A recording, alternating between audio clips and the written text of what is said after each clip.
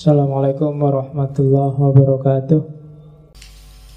Sebagus apapun kehidupanmu hari ini, kalau kamu merasa dicueki Allah, atau apalagi Allah benar-benar cuek padamu, kamu gak akan dapat merasakan kenikmatan apapun. Kamu melakukan korupsi, enak loh korupsi itu. Kamu dapat banyak uang, mau apa aja bisa. Tapi karena kamu tahu bahwa dengan kamu korupsi ini Allah tidak akan ridho padamu, maka tidak jadi nikmat. Kamu nyontek ujian, enak kan? Nyontek itu nggak perlu capek-capek belajar, bisa langsung jawab. Dan bener lagi, dan bagus lagi. Dosennya sampai heran, ini kuliah tidak pernah masuk, makalah tidak jelas, disuruh ngomong-ngomong apa juga temennya nggak paham, tapi jawabannya sip, akhirnya dikasih A. Tapi karena kamu ngerti itu nyontek, A-mu itu bukan sumber kebahagiaan. Kenapa? Karena kamu ngerti bahwa sebenarnya Allah tidak ridho dengan nyontekmu. Maka dasar dari semua kenikmatan tadi adalah keutamaan taufik, taufiki, dapat hidayah, dapat inayah, dapat petunjuk, rusyd dan seterusnya. Jadi pertama-tama yakinlah bahwa Allah ridho padamu. Setelah itu carilah bekal yang kamu butuhkan untuk nikmat, untuk bahagia. Nyari harta, nyari kehormatan, nyari status, cari tidak apa-apa, itu sumber kehormatan. Kalau itu sudah dapat, maka kamu akan dapat kenikmatan duniawi, kenikmatan badaniyah. Dengan bekal kenikmatan badaniyah ini, jiwamu juga akan nikmat, bahagia, akan tenang. Ketika jiwamu bahagia, insya Allah besok akhiratmu bahagia. Bandingkan dengan orang yang sejak awal sudah tidak dapat ridhonya Allah, maka kenikmatan eksternal tadi akan jadi sumber bencana. Kenikmatan badaniyahnya akan disetir oleh nafsunya, maka jiwanya nggak akan jadi tenang. Dan di akhirat juga otomatis kacau.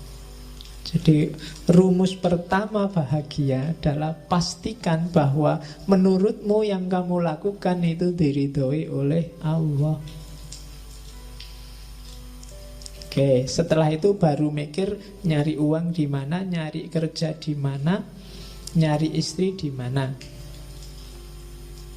Kalau sudah dapat kekayaan, dapat status, dapat kerja, itu kan nikmat. Hasilnya semua itu kenikmatan badaniyahmu. Kamu jadi sehat, kamu jadi kuat, kamu jadi elok, kamu jadi tampan. Kemarin gak punya duit, beli sampo sama sabun aja. Nah kan, kalau duitnya banyak kan sekarang santai, beli parfum, beli make up, malah bisa. Kalau itu sudah terpenuhi kan jiwamu kan tenang. Dan setelah jiwamu tenang, kamu nambah lagi menyempurnakan jiwamu, misalnya dengan cari ilmu, dengan memelihara diri dan seterusnya. Maka ketika kamu meninggal, kamu akan mutmainnah dan kamu akan dapat kebahagiaan ukhrawi.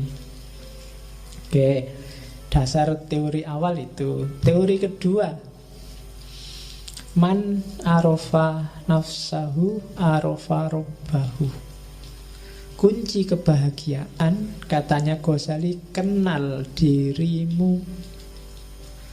Kalau kamu sendiri masih nggak paham siapa kamu, apa maumu, kamu tidak akan bisa bahagia. Sebenarnya ini teori paling gampang. Kalau kamu nggak ngerti selera makanmu, janjane misalnya makanan yang kamu sukai apa sih, kalau kamu nggak ngerti, ya kamu nggak akan bisa membahagiakan dirimu, kamu sendiri nggak ngerti. Cara paling gampang untuk bahagia ya membaca dirimu sendiri dulu.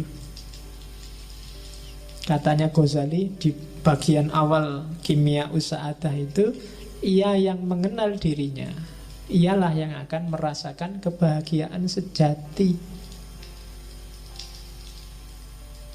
Mungkin selama ini kamu nggak bahagia karena kamu nggak kenal dirimu. Sebenarnya kamu suka misalnya baju-baju tipis, tapi karena kamu nggak kenal dirimu, kamu lihat orang lain pakai baju-baju tebal, pakai baju-baju jubah, kamu anggap itu yang enak, dan kamu tiru, ya udah nggak enak akhirnya. Kamu nggak nemu kebahagiaan di situ. Jadi kenali dirimu dulu deh. Kenapa kok kita nggak kenal diri, katanya Ghazali, biasanya ketutup oleh hasrat, oleh hawa nafsu, oleh karakter-karakter binatang kita, oleh keinginan menaklukkan yang lain, oleh keinginan jadi idola, oleh keinginan macam-macam. Itu yang bikin kita nggak kenal. Padahal kamu seleranya cuma nasi kucing, tapi karena ingin dianggap keren, kamu milih restoran-restoran mahal yang ada steak, ada apa. Padahal begitu lihat steak kamu janjane mau muntah.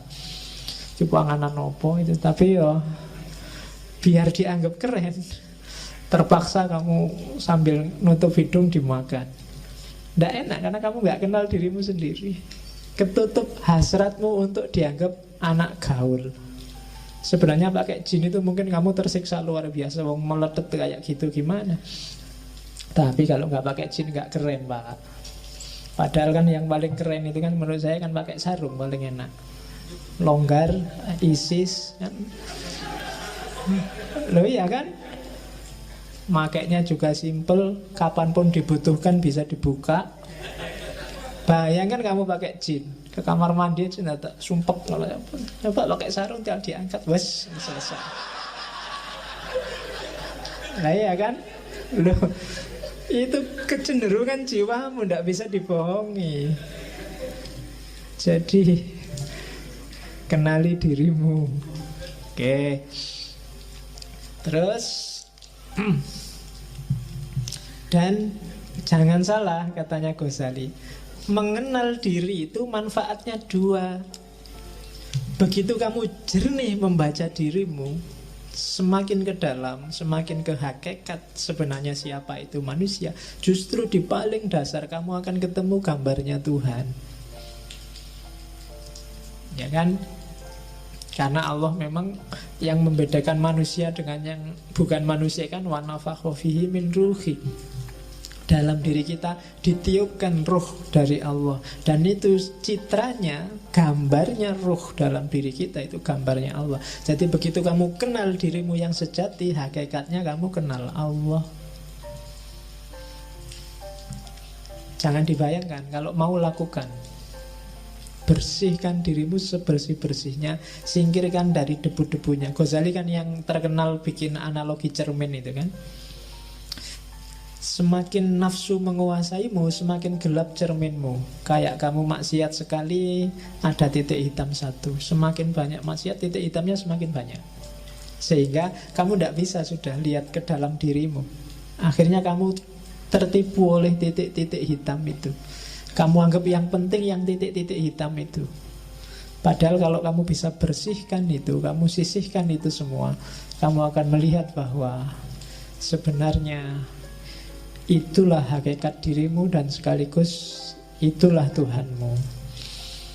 Oke, jadi kunci bahagia pertama, kenali dirimu. Saya tidak tahu pernah nggak teman-teman sekali-sekali mikir tentang dirimu sendiri. Mungkin paling tidak kayak tadi, nanti kalau ada waktu ya bikin semacam muhasabah, semacam tafakkur. Tipe orang kayak gimana sih kamu itu?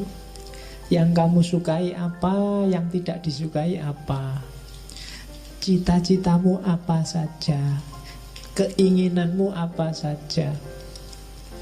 Terus kamu cek, ini keinginan ini sifatnya kayak gimana sih? Positif apa negatif? Kalau negatif, kenapa kok negatif? Sumbernya dari mana? Dan akhirnya mau jadi apa? Wah, itu muhasabah namanya. Jadi yang pertama, Kenali dirimu deh. Siapa kamu? Ya kalau orang perang itu kan harus ngerti posisinya. Kalau kamu nggak ngerti posisinya, gawat. Ya kan? Di rumah aja kan kamu harus ngerti posisi. Kamu itu anak, opo bapak, opo ibu, opo adik, apa kan harus jelas. Kalau kamu di rumahmu anak tapi merasa kayak bapak, kan gawat. Ya nanti malam-malam masuk kamar ibu, lo posisimu anak bukan bapak. Lah ya kan? Harus jelas. Nah, itu maka kamu dalam hidup kayak gitu harus muhasabah. Jangan-jangan kamu itu teman, apa sahabat, apa pacar, apa musuh kan juga harus jelas. Biar menyikapinya juga enak. Maka know yourself. Ini kan pesannya Socrates yang paling awal kan, kenali dirimu. Ya, itu kalimat-kalimat di Kimea Usada. Coba deh kalau sanggup tanyakan, siapa aku dan dari mana aku datang? Kemana aku akan pergi? Apa sih tujuan kedatanganku dan persinggahanku di dunia ini? Di mana sih kebahagiaanku dapat ditemukan? Tanyakan itu, coba jawab. Ini PR-mu nanti malam. Ya sambil nonton sepak bola kalau ada, ini dijawab. Kira-kira siapa sih aku itu, dari mana aku datang? Kok tiba-tiba aku ujuk-ujuk ada di sini itu loh.